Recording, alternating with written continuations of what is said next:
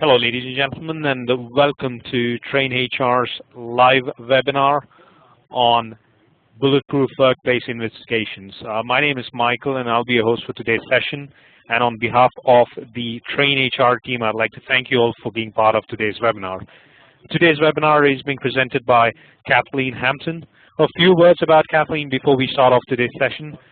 She's a professional consultant with over 25 years of HR experience to include extensive government contracting. And Kathleen has also been responsible for planning, developing, and also executing a comprehensive HR strategy in support of many client companies. And her responsibilities have included the need to evaluate complex issues, identifying options for resolving problems, and also implementing comprehensive program solutions. And Kathleen is a dynamic leader who's also been instrumental in growing RCH resources into a much respected HR services organization. And she oversees diverse engagements where she partners with her clients to develop strategies using the most up-to-date and sound industry trends and practices. And we are honored to have Kathleen with us today to present today's webinar. Ladies and gentlemen, before we start off today's session, I'd like to quickly outline today's program. This webinar is for a 60-minute duration. First, Kathleen will take you through today's webinar, highlighting the areas she would cover, and then move on with her presentation. And also would like to inform all the participants today that once part of today's teleconference, you've been placed on mute and would remain so until the Q&A begins. We have a couple of minutes at the end for your question and answers. But if you do come up with questions during the session, please post your questions in the Q&A panel or the chat column. And for any reason, if you do get logged out of today's session, please follow the same procedure to join in again. Now that we're all ready, I request Kathleen to take it from here. Ladies and gentlemen, I just want to apologize. The session is for 90 minutes. Kathleen, please go ahead. Thank you so much, Michael. I appreciate it.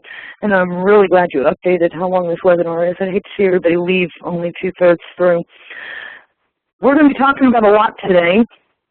Bulletproof investigations. It's becoming a very key skill for HR professionals and strategy for your department. So going through the process of doing a sound investigation is something very valuable for you as a professional. But I'd like to also add this. To not do investigations is dangerous, but to do investigations poorly is more dangerous. So it is very important for you to understand the principles behind what you're doing.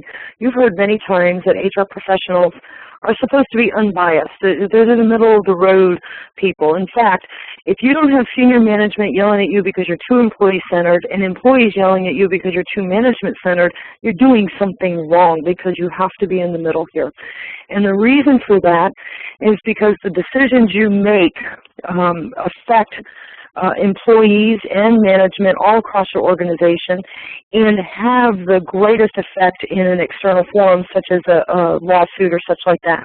So we're going to talk about a lot of things today. We're going to talk about your obligations, of course, and policies and procedures that you will be guiding your process by.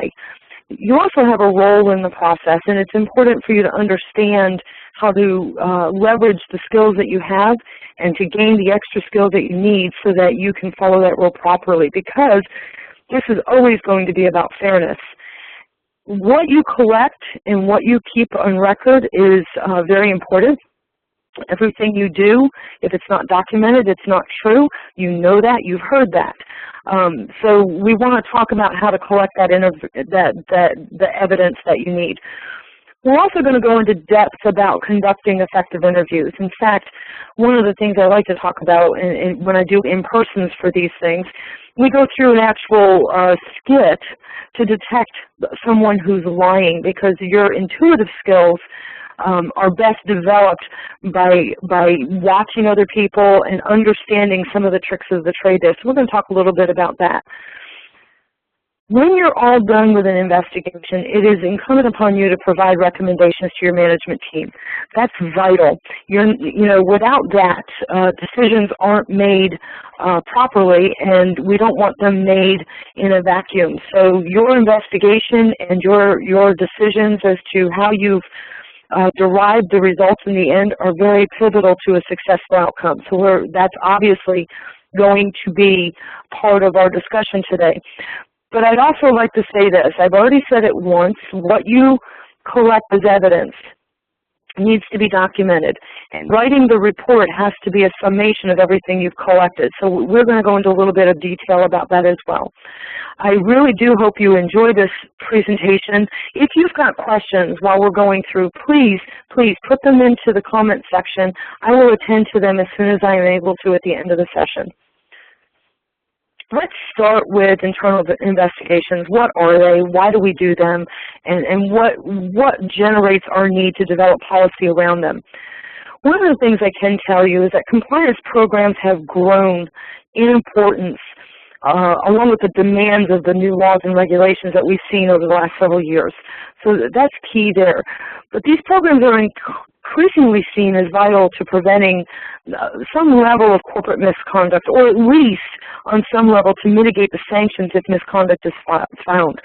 So a vital part of your compliance program would become your internal investigations, which obviously aim to uncover the truth about any kind of alleged misconduct within your company.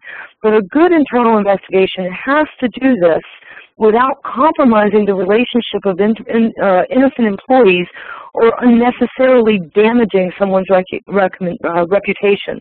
And this calls for good planning, consistent execution, a level of analytical skill and intuitive skill on your part, sensitivity, and a good solid grasp of the legalities involved.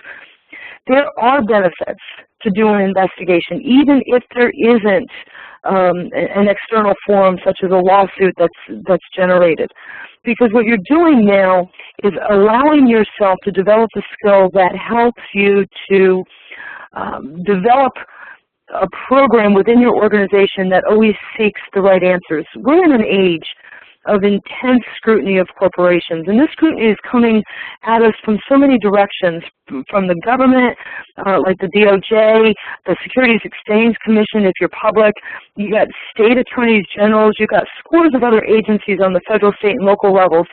From an aggressive, opportunistic, and well-financed plaintiffs bar, you got competitors or potential acquirers seeking to capitalize on the stumblers of your peers, and from current and former employees with first-person knowledge of the inner workings of your organization. You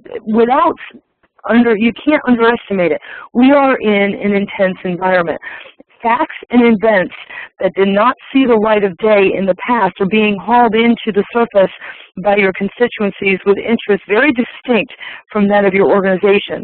And beyond the more routine attention paid to companies by investors, analysts, and the press, in the current era, corporations are on notice more than ever before, particularly public companies, but even private, and you're being watched. More and more the spotlight is focusing on your response or lack thereof to evidence of particular wrongdoing by any person or entity affiliated with your company. So really it does beg the question of what you can do when you're confronting with this increasingly familiar scenario. Sometimes the very best way to defend and protect your company's interests is to do an internal corporate investigation.